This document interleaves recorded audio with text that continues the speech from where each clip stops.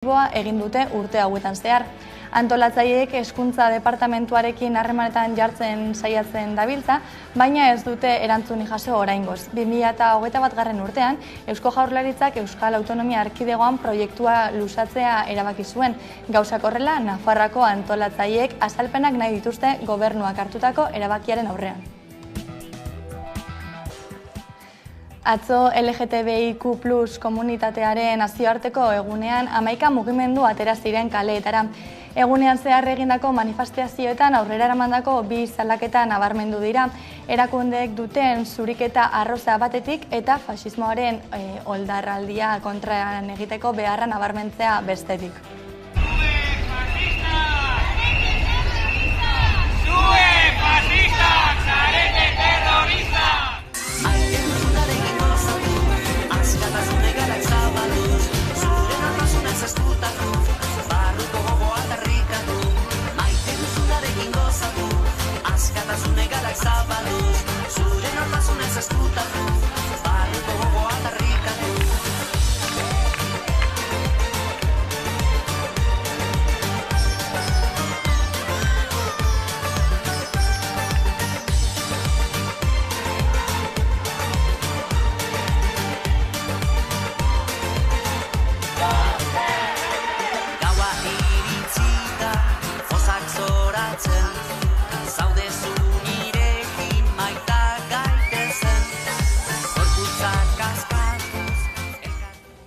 Eta bihar, Bizkaiko ostalariak greban izango direla, ELA Lab, Comisiones Obreras eta UGT sindikatuek deituta. Frantziako turraren hasieraren bezperan lanuzteak deitu dute. Grebaz gain, hainbat mobilizazio ere egitekoak dira, gaur goizean Bilboko hoteletan elkartuko dira. 2028tik dute lan hitzarmena berritu barik, nahiz eta greba deituta egon negoziazio mahaiak blokeatuta jarraitzen duela salatu dute eta patronalak ez duela beste bilerarik deitu. Gipuzkoako gobernua osatuta, gaur batzar nagusietan diputatu nagusia hautatzeko osoko bilkura egiten ari dira. Itxura guztien arabera, Maider Mendoza jeltzalea hautatuko dute aldun nagusi, EAJren, PSeren eta PPren babesarekin. Maialen Iriarte koalizio abertzalearen hautagaia du aurrez aurre. Momentuz, bi hautagaiek hitza hartu dute gobernuko erronka nagusiak zeintzuk izango diren azaltzeko eta arratsaldeko 6etan ekingo diote ahaldun nagusia hautatzeko bozketari. Eta eguerdiko magazinean Frantziako turra aitzakia Usoa Ostolaza txirrindularia izan dugu gurean, hemen aurrerapen txikia.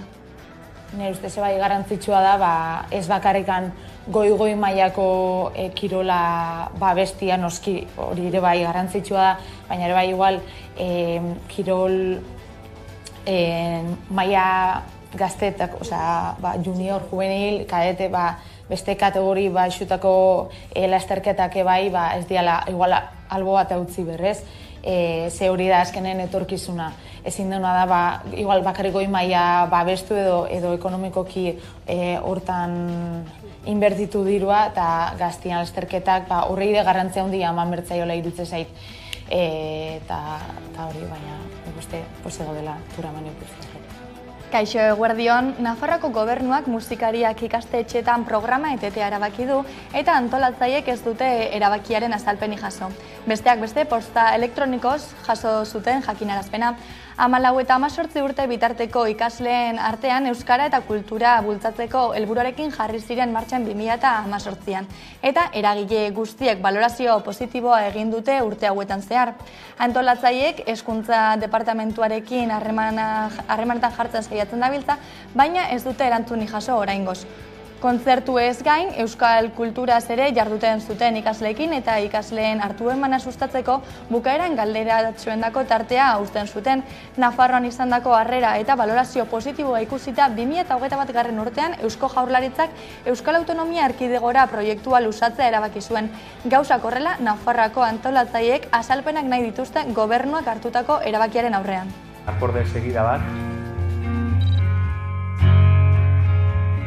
Eta honen gainean, hasten naiz improvisatzen. Mamuak kanpoan utzita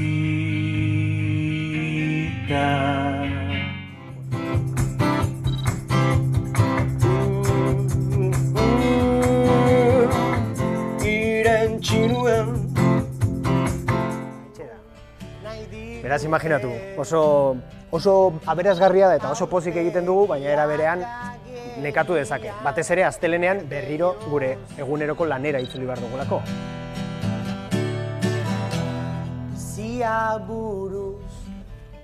Eta ez nintzen gai gertatzen zitzaidan norri hitza jartzeko, imaginatu alduzue, ezta? Empatizatu alduzue horrekin.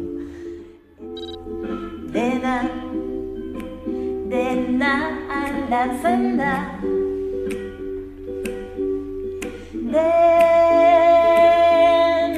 aldatzen da. Eta horren gainean, normalean, tarareatzen hasten naiz edo erdi inglesa, zabesten. Trakets dantzan, ezin ikas, EHZ-ak jaialdiak 27. edizioa ospatuko du asteburu honetan Irizarrin. Bertan ospatuko den azken edizio izango da eta ondoren gogo eta momentua izango da hurrengo kokalekua erabakitzeko. Ez da kokapena aldatzen duen lehen aldia izango eta hurrengo lekua zehaztua ez dagoen arren EHZ-ak euskararen erabilera sustatzen duen bidaia izaten jarraituko duela ziurtatu dute. Gainera beste gazte talde batek hartuko du jaialdiaren gidaritza. Aurtengo leloa etengabe azaleratzen da, garai aldaketa baten bidea sustatuz.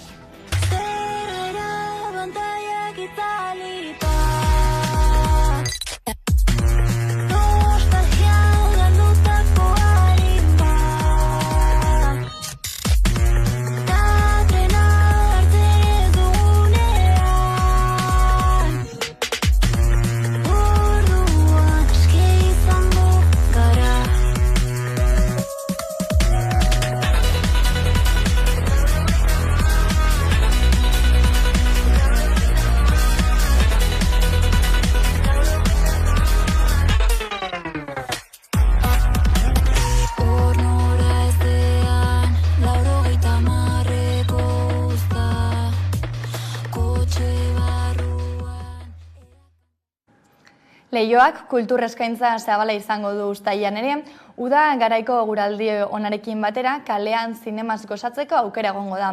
Eguzkia joan eta egunak argitzen uzten duenean. Leioak kultur eskaintza zabala izango du ere uztailean. Uda garaiko eguraldi onarekin batera kalean zinemaz gozatzeko aukera egongo da. Eguzkia joan eta egunak argitzen uzten duenean, gaueko 10:04 hasiko dira emankizunak, guztiak musutruk. Uztailaren 7an Elgara Mauriz filma ikusteko aukera egongo da. Mauriz Flickcroften benetako historia legia. Hilaren 14an Sable Hortz kapitaina pelikula ikusteko aukera egongo da. Kondairak dio badera nonbait, almen berezidun diamante magiko bat. Hilbetearen argiak ukitzen duenean, bere jabiaren desioak betetzen omen ditu. Sable Hortz kapitainak anker eta beldurgarrienak bere ontzia urrez eta bitziz bete nahi du.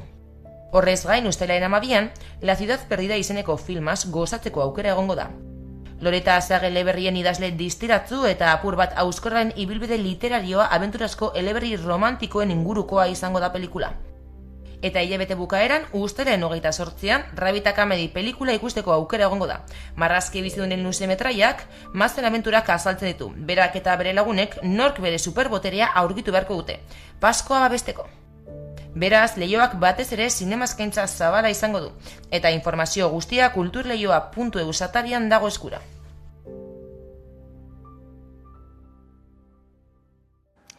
Txonbo lelopean antolatuko da 2024ko maiatzaren 26an Getxo San Nikolas ikastolaren eskutik ibialdiaren 46. edizioa.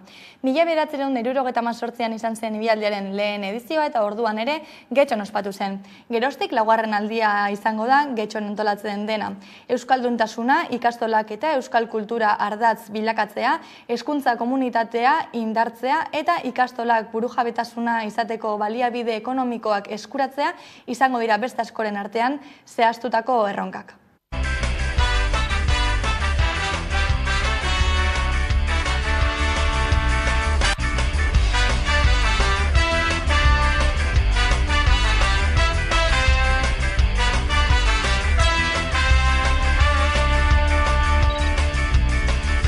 Orduak pasatu gora begira, odeien itxurak ulertu nahian,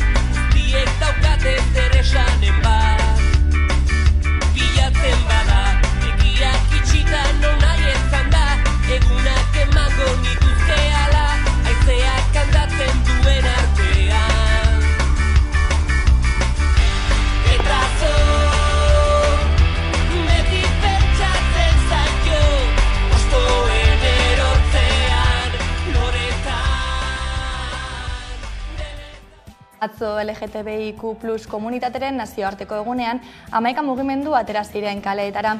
Egunean zehar egindako manifestazioetan aurrera eramandako bi salaketa nabarmendu dira, erakundeek duten zuriketa arroxa batetik eta fasismoaren oldarraldia kontra egiteko beharra nabarmentzea bestetik. Erakunde gehienak batu dira LGTBIQ+ kolektiboaren eskubideen aldeko aldarrikapenera. Halaber, Bilbon Bizkaiko Foru Aldundiak eta Bilboko Udalak antolatutako ekitaldietan parte esartzeko deia egin zuten mugimenduek. Borroka monopolizatu eta etekin ekonomikoa atera nahi izatea egotzita.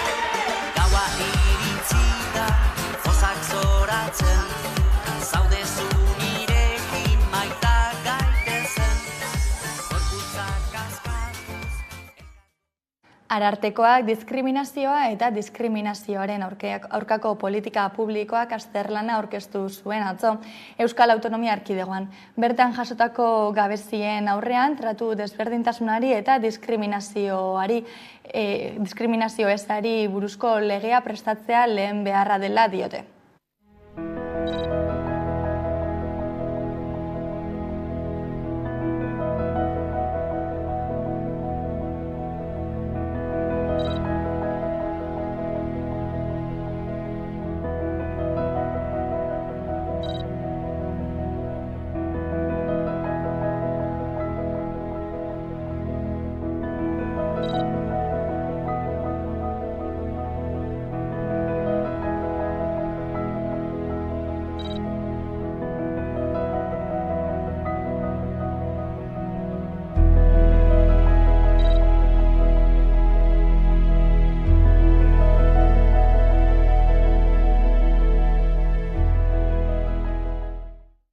Gaur Zaldibar Argitu plataformak elkarretaratzea egin du Eusko Legebiltzar atarian egoeraren larritasuna salatzeko.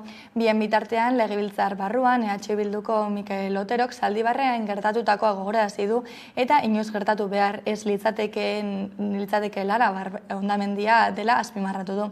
Eta gerora gobernuak izandako eskuhartzea ere salatu du. Arantxa Tapia ingurumen sailburuak gobernuak bertan egindako lanak zeintzuk izan diren azaldu ditu. Desde el Gobierno estamos realizando un seguimiento exhaustivo y una supervisión con visitas constantes, con registros y mediciones. Además de las que creo que usted hacía referencia, que es la propia empresa Verter la que nos envía. Pero además de las que envía la empresa Verter, nosotros realizamos una supervisión y una inspección exhaustiva. Y ahí se dice, los informes de control y seguimiento realizados desde el 31 de agosto de 2021 hasta 21 de enero de 2002, no se tienen datos de fechas posteriores, algo que nos sorprende mucho, indican movimientos con velocidades superiores a 0,2 milímetros al día, intersemanales superiores, grietas en la parte inferior y se explica y se enseña con documentación fotográfica la cuestión de las grietas, etc. Y vuelvo a traer lo que decía el Gobierno vasco al entregar la obra. Las obras realizadas han creado una estructura estable sin movimiento, pero evidentemente hay movimiento, hay mucho movimiento. Eta nazioartera begira, Nanterren auto bat gidatzen ari zen 17 urteko gazte bat tiroz hil zuen atzo Frantziako poliziak. Horrek istiluak eragin ditu Frantzian eta gau guztian zehar luzatu dira istiluok. Gutxienez, 150 lagun atxilotu dituzte goizaldean eta istiluetan su eman diote autobus, auto, supermerkatu eta tren askori. Hildako gaztearen amak errebolta bat eskatu du semearen alde eta gaur eguerdiko ordubietarako manifestaziora deitu du.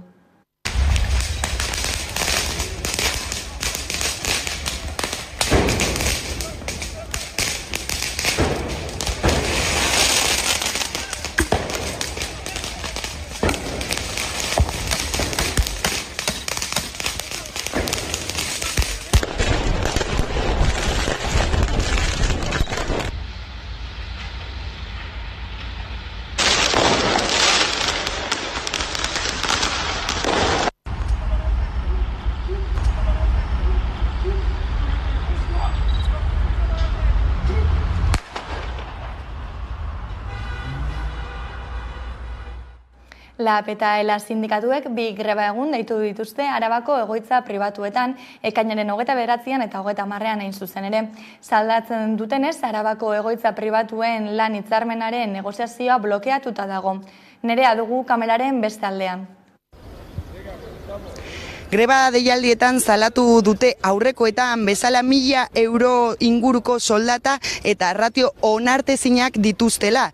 ELA eta LAB sindikatuek eskatzen dute Bizkaiko erresidentzietako langileen baldintza berberak izatea. Ostegun honetan mobilizazioa egin dute plaza berritik eta ostiralean Albertia kampus egoitzatik.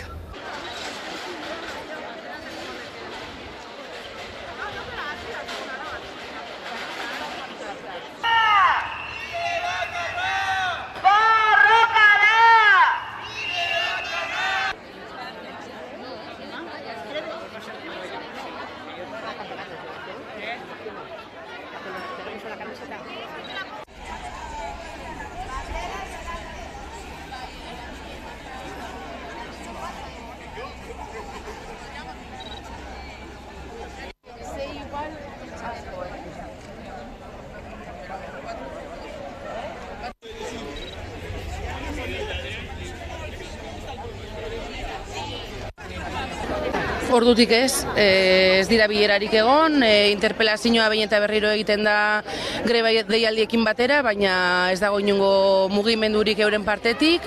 Hemen interpelazioa alde batetik patronalari egiten diogu, baina bestetik instituzioei ere bai eurek bai erantzunkizuna deukielako sektore honen langile hauen lan baldintzen hobetze horrekin, eta inongo mugimendurik ez dago.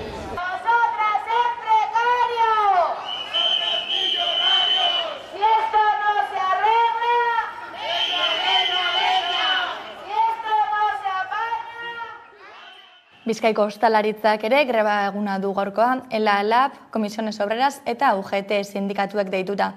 Frantziako turraren hasieraren bezperan lanuztea deitu dute.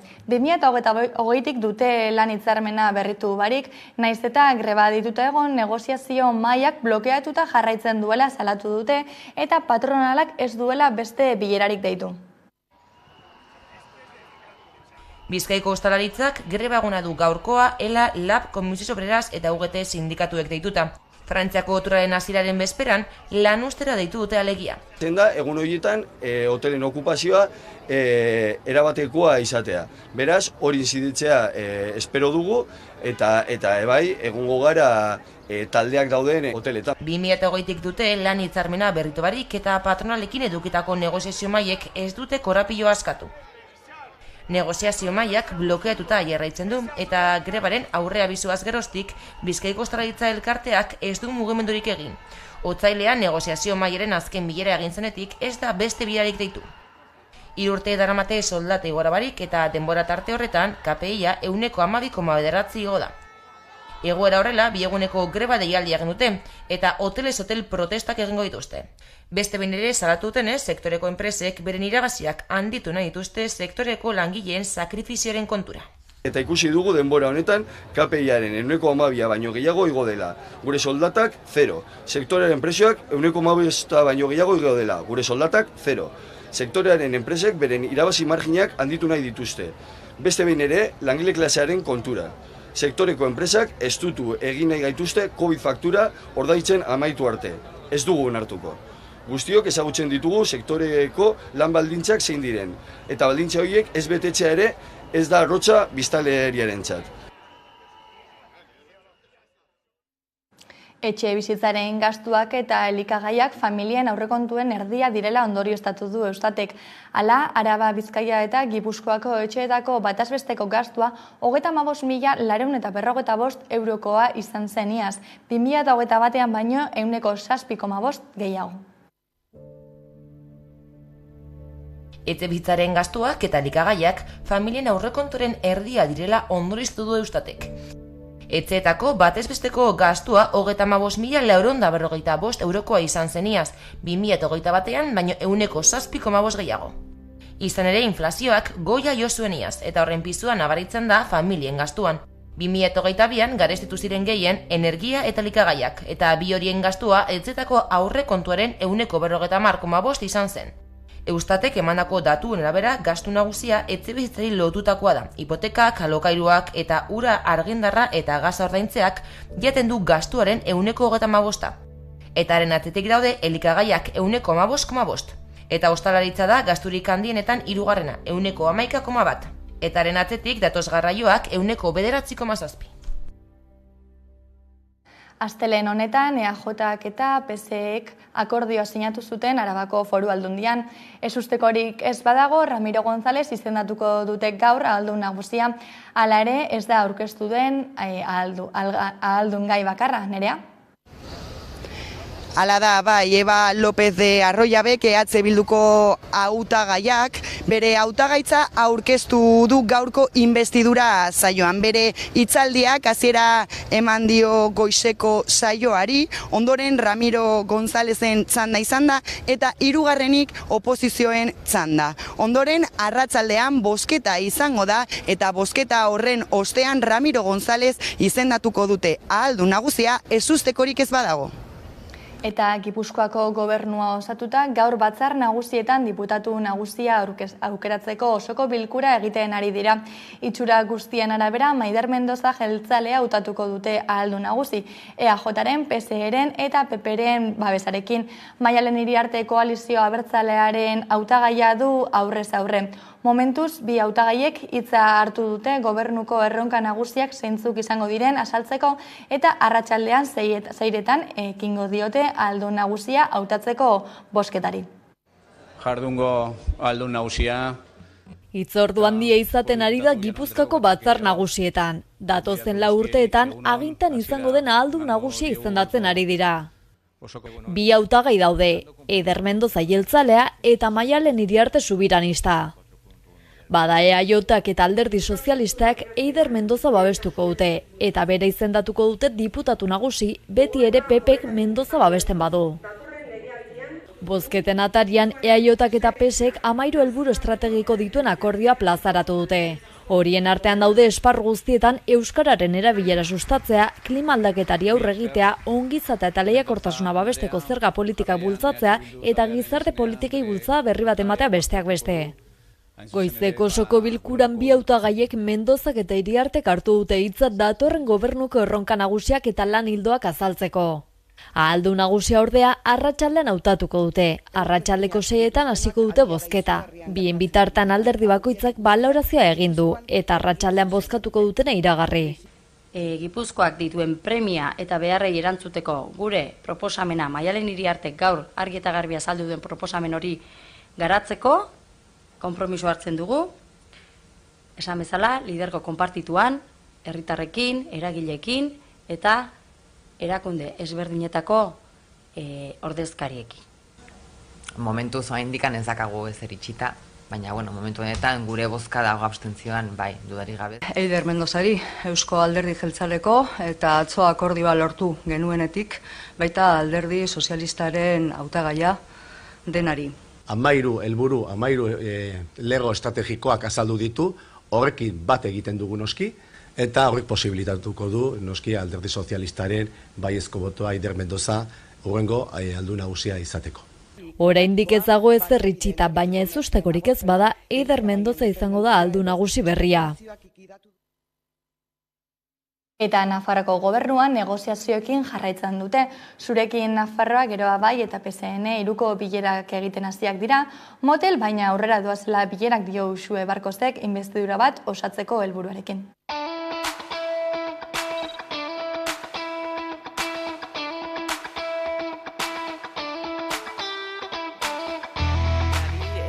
Inbestidura baten inguruan gure jarrera dakizuen bezala aurrera doaz, bai Alderdi Sozialista eta baita Kontigo Zurekin aurrera doaz irunaka dauzkagu momentu honetan elkarrizketak, baino elkarrizketen erritmoa doan modura eta momentu honetan ezagu.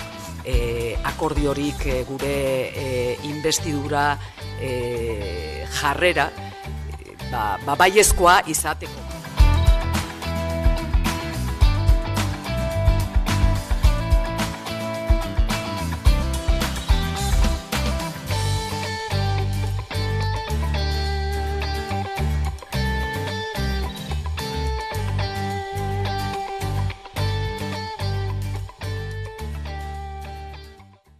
Urozko oroimenezko parkea eta Lodosako plazatxoan Nafarroako memoria historikoaren leku izendatu ditu Nafarroako gobernuak eta Oio sailburuak belaunaldien arteko transmisioaren bidez memoriaren eraikuntzan duen papera nabarmendu du. Nafarroako gobernuak Urozko oroimenezko parkea, Linzoain Arriasgoiti eta Lodosako plazatxoaren oroimenezko gunea Nafarroako memoria historikoaren leku izendatu ditu. Bi kokaleku horietan hilketak egin ziren 1956ko militar kolpearen ondoren, eta memoria historikoaren lekuen erregistroan inskribatuta geratuko dira, babestu, kontserbatu eta zabaltzeko. Leku horiek belaunaldien arteko transmisioaren bidez oroimena eraikitzeko orduan duten garrantzi handia azpimarratu nahi nuke. Izan ere, memoria, lehenik eta behin, etorkizuneko gaia da eta ezinbesteko tresna, errespetu, tolerantzia eta askatasun balioak sustatzeko. Gogoratu behar da, memoria historikoaren batzorde teknikoak ekainaren 13an onartu zuela Nafarroako gobernuari biguneak oroimenerako leku izendatzea. Nafarroako memoria historikoari buruzko foru legeak ezartzen duen gixan. Espazio horren deklarazioa, babesa, kontserbazioa eta zabalkundea, memoriaren transmisioaren mugisa balio dezaten eta bakearen eta bizikidetzaren kultura sustatzen lagunduko du. Horrekin batera, gure gizarteak, biktimekin duen memoria bete beharrari erantzun zaio, egia, justizia eta reparazioa jasotzeko eskubidearekin. Eta gure eskuk turrari buruzko prentza txosten bat banatu dien nazioarteko kazetariei, bertan turrean zehar errepideetan zehar aurkituko dutena asaltzen die Euskal Herrian turraz gozatzeko argibideak eta gomendioak izeneko dosierra. Dosierra 7 hizkuntzatan sortu dute katalanez, danieraz, ingelesez, frantsesez, galizieraz, italieraz eta esloveneraz. Aurtengo Frantziako turreko lehen 3 etapak Euskal Herrian izango dira hasieratik amaierara. Horregatik gure eskuk turrak duen nazioarterako oihartzuna baliatu nahi du Euskal Herria nazioartean partekatzeko. Dosierraren helburua da kazetariei aurreratzea modu oso bisualean zer aurkituko duten errepidean hurrengo egunetan. Zergatik egongo diren hainbeste zale bide bazterrean ikurrina eskuan. Lehenik, Euskal Herriaren inguruko zertzelada orokorrak irakurri ahal izango dituzte.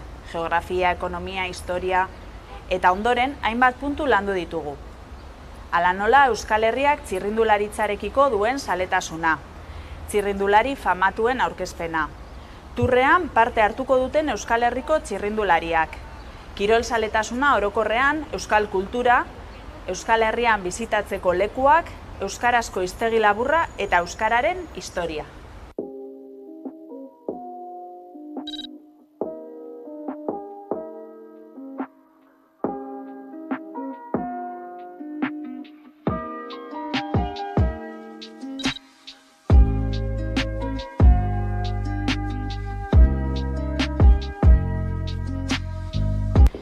Dosierraren helburua da kazetariei aurreratzea modu oso bisualean zer aurkituko duten errepidean hurrengo egunetan. Zergatik egongo diren hainbeste zale bide bazterrean ikurrina eskuan. Lehenik, Euskal Herriaren inguruko zertzelada orokorrak irakurri ahal izango dituzte. Geografia, ekonomia, historia eta ondoren hainbat puntu landu ditugu. Hala nola Euskal Herriak txirrindularitzarekiko duen zaletasuna, txirrindulari famatuen aurkezpena, turrean parte hartuko duten Euskal Herriko txirrindulariak, kirol zaletasuna orokorrean, euskal kultura, Euskal Herrian bizitatzeko lekuak, euskarazko hiztegi laburra eta euskararen historia.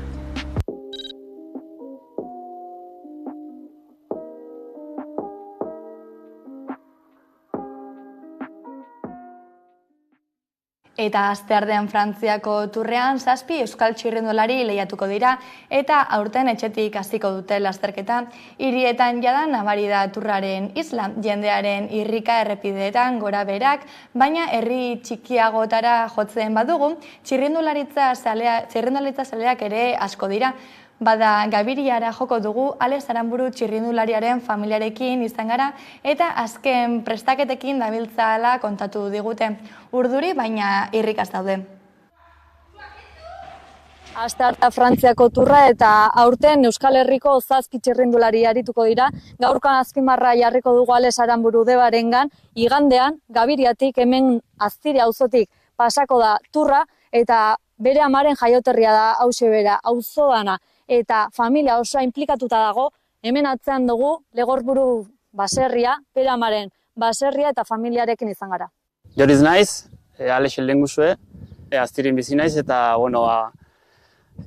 Ales turren ate barzala entera ginen orduko, pentsa genuen zozein barra zeola, zozea hundi ez, azkenen turre pasatzen dela eta gaina gure familiko bat pasatzen dela, zoze handien genuen egin, eta horatio seikun hasi ginen WhatsAppeko talde baten hori itzeiken abertzea alko gendu nien edo ze, eta azkenen pankarta bat indegu 25 metro luzekoa eta 4 metro zabalen, eta atzen dago zuen lantalde hori danakin, familiko lantalde hori danakin indegu, eta iganden jarriko dugu han kaminon ondoko zelai baten, eta horretaz apartere kaminon baita ipiniko ditu Alexin aldeko pintada batzuk, eta gero egunen bertan noski, etorriko gara familiko danak kamisitakin eta jertxekin Alexi animauz, eta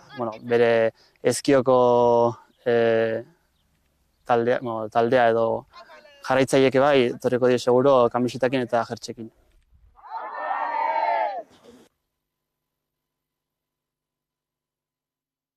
Eta gaur gaueko 10etan aste honetako musika zuzenean saioa Udaberri alua lan txikia, aitzaki, balerdi taldeko kidekin izan dugu hitzordua. Gaur gauean 11 telebistan, 11.eusen edo sare sozialetan.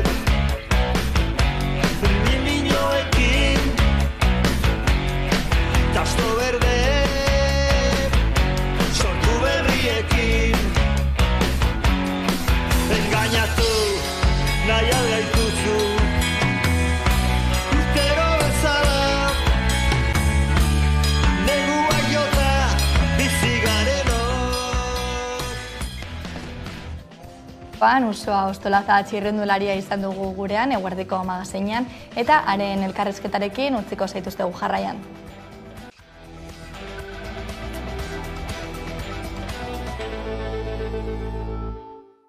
Amabiterdiak pasata iritsi zaigu eguneko elkarrizketa nagusiari heltzeko unea, eta horretarako hemen dugu gurekin Usoa Ostolaza txirrindularia, gaurkoz Laboral Kutxako kidea, ondetorri. Eta tira ez, egin dituzun azkenei erreparatuta hasteko, elite mailako errepideko Espainiako txapelketan 6. amaituta, ez, kristolako, arrakastatxoa izan da 6. eta Euskal Herriko kide bezala kristoneko marka, guretzat, zer suposatu izan du zuretzako? Egia esan, nahiko pozik nago lortutakoakin, alare, azken talde guztian lanan emaitza da, ez? Baina, egia esan, igual beste helburu batzukin gindoazen Espainiko txapelketara, eta, igual nahi genitun helburuek ez ditugu lortu, helburutako batzuk bai, ze Idoia Eraso eta Eneritz Badillo 23 urte zazpiko kategorian oso ondo ibili dira, kronuan, erlojupekoan Idoia Eraso kirabazizun eta Eneritz 2. postuan 3. postuan markatu gelditu zen, eta rutako lasterketan berriz, errepideko lasterketan, Eneritz Badillo 1. postuan, eta Idoia Eraso 2. postuan, orduan, alde hortatik taldean helburuak bete ditugu. Baina egia da, errepideko lasterketai dagokionez, gure helburutako bat bazan, garaipenetik gertu dotia, ez? Edo pixkat karrera zailagoa jartzia, mabi batei adibidez, edo gure pixka buruka hortan gehiago ikustia. Hori ez lortu garren, nik uste niko talde lan honen genula, eta alde hortatik guztu gaude. Esan genezake bintzat txirrindularitzan, ez? Euskal emakumeen partei badagoela osasun ona. Bai, hori bai. Eta gero ez da gehiago gaina, osak. Gainera ere aipatzea, txirrindularitzan duzun ibilbidean markarik onena azken itzulian egin zenuela, ez? Horrek ere zer usten du agerian? Bai, itzulegia esan asko gozatutako lasterketa bat izan zen. Beti da berezia hemen etxeko errepidetan lehiatzia eta gaina olako lasterketa garrantzitsu bat izanik, oraindik da gehiago. Eta bai, guztua bertan gozatu eta disfrutatu dagoakin, da lortuako emaitzakin. Eta bai, esango nuke aurtengo igual nire kasuan lasterketa borobiena itzulia izan dela. Bai, ez da gainera triatloiak egitetik bazatu zela, oker ez da nahi, nola alako aldaketa edo? Bai, nahi orokorrean kirola beti dani gustatu izan zait, txikitatik kirol ezberdinak probatu ditut, eta triatloia izan da baina arteko nire kirola, ez? Urte asko eman ditut triatloian lehiatzen, da duatloietan bai, eta, ezkerreko sorbaldako lesio baten ondorioz, operatu egin berri izan zidaten, eta horren ondorioz, igeri denboraldi batean ezin unin, eta, beti dani, igeriketan lehiatu izan da txikitan, atletismone bai, baina txirrindularitzan, enun inoiz lehiatu.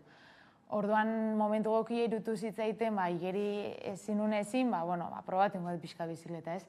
Eta pare bat karrera probatu nituen Zarauztara taldeakin, eta hortikan etorri zen beste talde batzun deia, horietako balda Oral Kutxa taldeana, eta animatu nintzen probatzea, eta azkenean triatloia momentu zalde batea utziet, eta hain guztiz bizikletan zentrautan hau, eta oso pozik. Zarartuako erabakian, ala faltan botatzen duztu oraindik ere triatloian aritza? Egia da, oain Zarauzko triatloia bain dala gutxi izan dela, eta ni Zarauztara izanik, olako lasterketak ikuste ditutenen inbiria hondi amatit. Hori ez ditukatu. Baina oso guztuan hartutako erabakiakin, enaiz inundekin joa da mutzen, da momentuan nire bizitza ikustet bizikletan zentratuta, oain, eta etorkizun hurbilean, eta noski alik eta urte gehien nahiko nituzke kirolontan pasa. Eta gero beti etorrikoa etorkizun batian, etorri berbau berriz triatloira itzultzeko momentua. Eta oin txirrindularitzan buru belarri zabiltzala, badaukazu alako asmo handiko erronkarik markatuta zure buruari? Bai, hau nire 3. denboraldia da txirrindularitzan, eta Oral Kutxa taldean, eta egia esan urtez urte gozta hobeto ikusten naiz, gozta gehiago naiz kirolau barrutik ezautzen ez, eta hobetzen, gauza asko dazkatu haindiko betzeko, baina ikusten naiz pixkanaka aurrera poso txikiak ematen nahi naizela, eta betira hobetzeko dakasun bitartian, horrek eusteizu motivazio hori ez, beti dakazu helburu berrin bat buruan, beti dakazu zer hobetu, eta hori da nire ustez motivazioa mantentzen laguntza izuna, eta hor da noski dazkat, helburu asko dazkat hain betetzeko, eta gogoa etzai falta, ez. Bai, ez, eta gainera hasieran aipatzen genuen, ez, lasterketa horren baitan ez nolako nivel ona badugun, ez, euskal txirrindularietan sartu zinenetik, ez, hiru denboraldia aipatu dituzu, baina tira ez aldaketarik nabaritu duzu, ez, panoraman orokorrean? Bai, aldaketa handia izan da.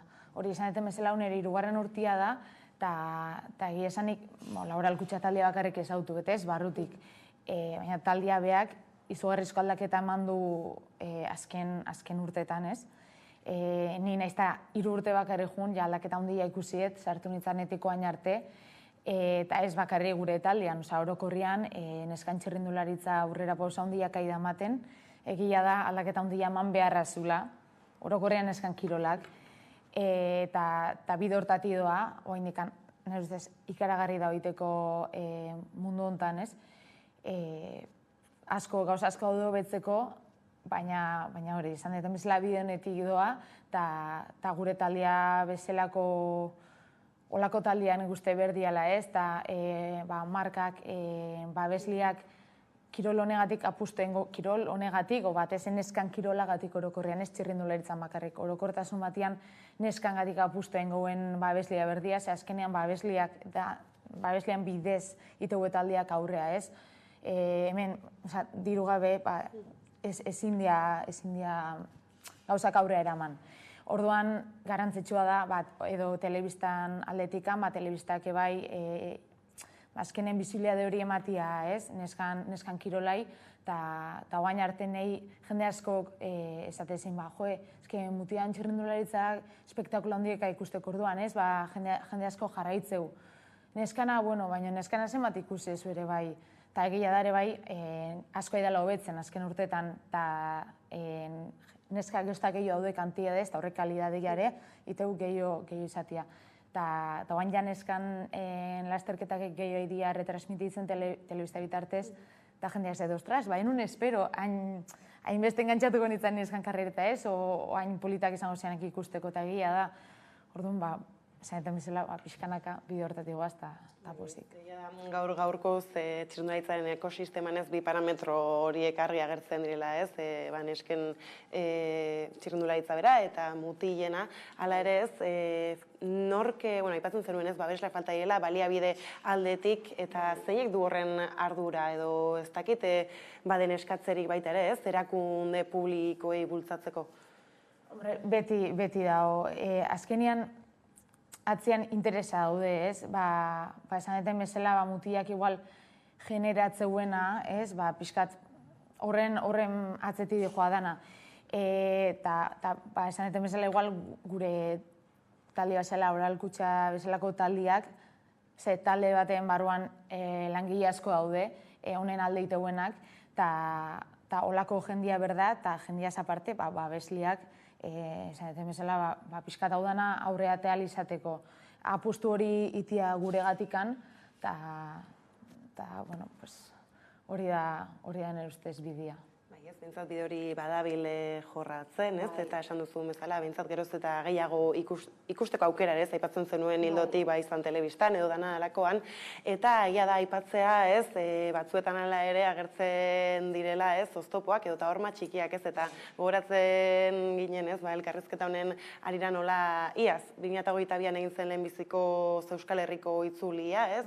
Nesken kategorian, eta hor zuzendariaren hitzak, ez? Etortzen zitzaizkigun gogoran esaten zuen moda bat bazela, ez? Emakumeen kirola eta tira ez kasik eta derrigorrez antolatu egin behartzela alako lasterketa, ez horrek zer sorrarazten zizuen? Egia esan adierazpen horiek igualetzen esan egokienak, egia da ondoren barkamena eskatu zula, nik uste barego hartu zala, etzela izan modu egokiak mantzitun adierazpenak emateko. Baina egia da, adierazpen horiek ematzen hola, pentsatzen jende asko da, hola, oaindikan. Eta hori aldatzeko zein behar da, esan deten bezala, jende hau hartu da neskan lasterketak telebistan ikustean, polita dela ikusteko ez, eta bagaudela neskak ebai kirol hontan parte hartze deunak, edo kirol hontatik bizitzeianak ez, o bizigianak. Jende hortaz ez da konstiente, mutian kasuan, ni beti jartzeta adibide hori ez, ni txikian itzanean, nahi burutek etzizaiten pasatzen txirrindularian, eta izan, nik telebistan turra, o errepidazteren turra ikusten mutiana. Telebistan lasterreta mutianak, edo eskupelotan berdina, futbola mutilak. Daude kirol batzuk zuri txikitan buruti pasare etzitzaizu leiten, nahi izan, txirrindularia. Gaur egun ja bai, ez dakit, azkenean, jendeai da pixkanako hartzen, neskak kirol hontatik bizitzeak haula, polita dela kirol hau ikusteko ere bai, eta hori azkenean, lehen zen deten bezala, besliak, edo kasu honetan, lasterketak antolatu neskanak, pixkat mutian berdintasun bat egirizte oso zaila da, nire ustez, egia esan baina mintzat gerturatzen jutia, eta horretik apustu egin berda askotan. Hasieratean apustu egin berda, neskan itzulia, nahiz eta mutian igual aste bete izan eskana baingoz 3 egun da. Baina, oain mintzat, ite nahi da, eta aurten ikuste emaitza polita eman dula, ez? Jende asko gerturatu da animatzea, eta hor ikusi da garbi mereziula, ez? Lasterketa hauek antolatzia, eta bidontatik jarraitzia. Orain ordea ez, turraren atzera kontaketa bakasi bukatzear bada ez, ikusita, justu gaur ez, Bilbon aurkitzen, ikusita nolakoa muntatuen, nola erreparatzen diozu datorrenari? Txirrindularitza gustatzen zaigun antzat, kriston ekitaldia da, eta hiru egunez hemengo errepietatik turra igarotzia, eta hemen bertan hastia, hasiera ematia, kristona da. Gustatzen zaigun antzat, noski. Gustatzen zaigun antzat, azkenian guzti honek ekartze dituen albondorioak errepideak ordu luzez itxita, eta egongo jendia ados ez da ona honekin, edo guztua ez da ona. Ni nire aldetik esan berdet, ilusio berezi bat ideitela ez, turra bertan ikustia. Eta, saiatu berdela pixka pazientziakin hartzen, baina, bestaletik ane bai, turra honeak hartzea ekonomikoki gasto handia suposatzeu, eta guzti hori, hor ja igual enaiz hartuko, baina,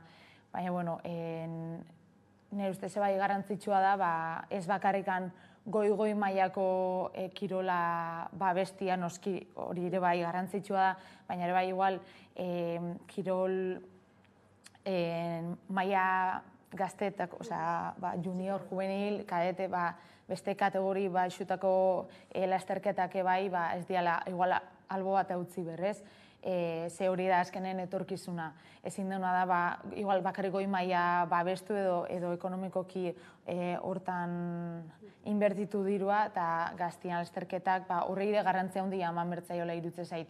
Eta hori, baina nik uste posego dela tura hemen eukitzea zait. Bai ez, egia da ere ez, talako inbertsio handia bai egin dela ez, gizonezkoak txirrindulan bertan ikusteko, eta horrek bai ez, nahi ala ez, atze edo kanpoan uzten duela ez, beste txirrindularitza handi bat. Noski, bai, azkenean, hori, guzti honek, turra honeak hartzia, bai ikusilean zat, orokorrian nik uste alde positibo handi badakala ez, baina hori izan deten bezala beste lasterketak ez dira albo batea utzi ber, azkenean igual nega berresa da hori pasatzia, baina izan deten bezala etorkizuna gaztiak dira, eta behaien lasterketak garrantzitsua dira behaintzat eta danontzat, hori ez da igual alde batea utzi ber, edo nez gaintxerrindularitza ere ez, azkenean hori dana eman bertzaiola bere garantzia, garrantzitsua dana alde bat utzi gabe, aztu gabe, eta hoxe. Gainera, egia da justu lehenbiziko egunek, okerrez banabil emakumezkoen giroarekin koinzituko duela bere horretan, eta ziurrenik girotik gauzan dirik lehentxago ere ez, aipatzen zeren eslako ikusgarritasuna ematen zaizkien gauz bakoitzeri errepikatuko da. Hori, azkenean koinzitze bau egun batzuz, telebista atletika batzutan gertatzena da, igual ordutegi garrantzitsuenean, igual mutiana botatzeu ez, eta neskana edo berandu edo ez du botatzen, edo ordutegi bat ez dana oso ohikoa edo azkenen ez duna hainbeste jendeak ikusiko.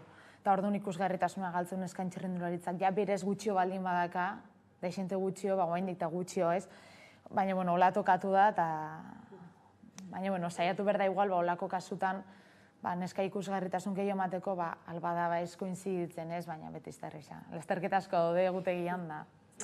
Bai ez, hori bada horrela ez, gero beranduago ere, iritsiko da emakumezkoen turra bera, hala ere gero gertatzen zaigula ez, ikusten gabiltza orain dozinekutara sartu bezkero zenbat informazio badugun, orain astear den turraren bueltan ez, eta oraindik ere zenbat informazio bai falta zaigun torrenaren inguruan.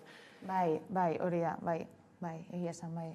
Eta gainera, honetaz aparte ez, badaude beste hainbeste aldarri turraren bueltan gertatuko direnak, tartean bada ez, gure eskuk abian jarri duen dinamika bera, bertan ere ikusi zaitugu, babesa adierazten, nola iristen diozu ekimen honi, edo zer importantzia du zure ustez? Bai, nez ez garrantzitsua azkenean, izan temezela turramen Euskal Herrian, hasiera hemen emate zaio betire, ez da lasterketa erdian pasatzela hemen, hasiera hemen ematean talde aurkezpenak, eta guztionek azkenean turra da mundu mailan kirol orokorrian, kirol guztia kontuan hartuta, garrantzi handienetako dakan lasterketa bat mundu mailan alde guztietan jarraitza turra, ez? eta orduan garrantzia da, hemen hasita, pixkat mundua erakusteko, zein gehan, Euskal Herria, ikurrina, pixkat hori mundura zabaltzeko modua da, ez?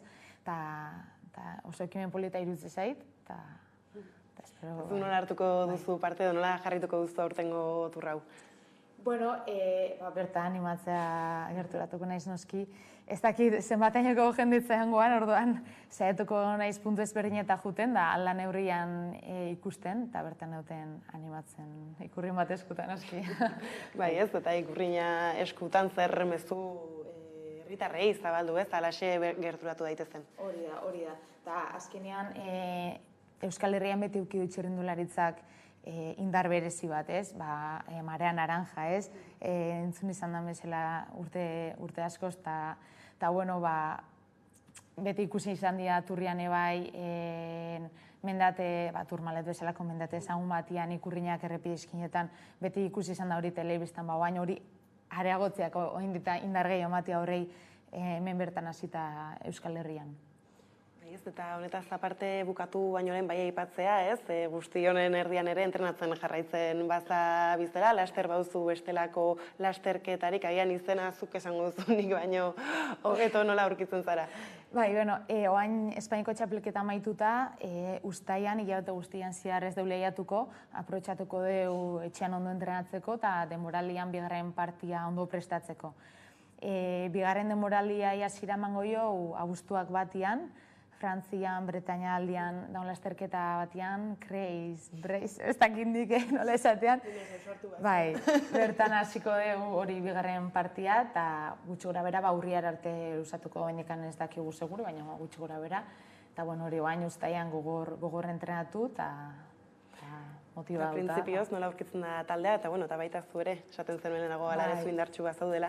Bai, egia esan pozina indako lehenengo partiakin, eta noski hola nahiko nuke jarraitu bigarren partian ebai, eta taldea gogotxu ikustet, bai, gogotxu gaude, ikusten nahi geha aurrera pausak ematen nahi gehala, eta noski oso guztua gaude taldeak lehen urtetik aurten eman duen aurrera pausoakin, eman duen baliabide aldetik handa eman duen gorakadakin, eta bueno, gero girona da gaur bai oso taldean, hori garrantzitsua dela, eta guzti honek mantentzeigu gogotxu, eta bigarren partian hoendik, eta emaitza hobeagoa lortzeko gogoakin.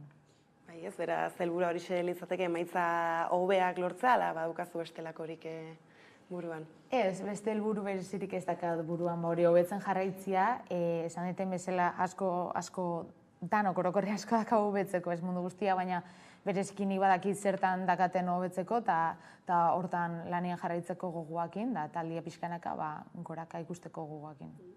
Jarraituko dugu, zuen eta zure ibilbidea gertutik usua, mila esker gurekin gaur tartetxoa hartzearen, hurrengora arte. Iritsi gara albistegiaren bukaerara. Besterik ez gure aldetik, hauek izan dira gaurko egunean jasotakoak guztiak eta gehiago 11.eus atarian. Gero arte.